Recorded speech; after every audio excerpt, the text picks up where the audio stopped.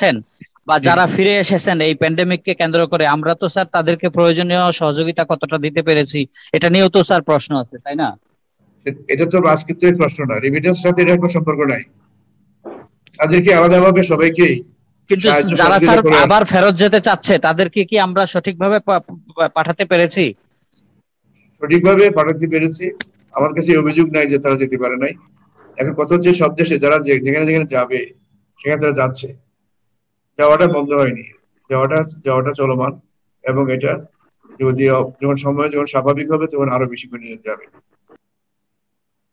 তো আমি আবারও বলবো স্যার, যে রেমিটেন্সের আমি ইভেন এই যে বর্তমান মাস, তা কিভাবে বলে আমি জানি না, এই যে বর্তমান মাসের প্রথম 9 দিনে আমরা রেমিটেন্সের ফিগার পেয়েছি।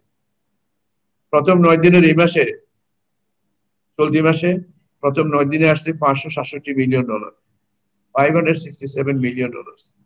একই সময় গত বছর ছিল 9 দিনে $450 মিলিয়ন। তাহলে এই 9 দিনে, প্রথম 9 দিনের ফিগারও যদি আমরা বিবেচনা করি, মূল্যায়ন করি, তাহলে দেখতে পাই যে এখানেও প্রবৃদ্ধি অনেক বেশি। তাহলে এটার সুবাতাস বইবে না, সময় শেষ, এগুলো কেন বলে আমি জানি না। যারা বলেন আসলে তারা দেশকে ভালোবাসেন কতটুকু আমি জানি না। আমার সন্দেহ, দেশের দেশকে ভালোবাসা, দেশের জনগোষ্ঠীকে ভালোবাসা তাদের যত তাদের প্রয়োজন, সেদিকে তাদের লক্ষ্য করা দরকার।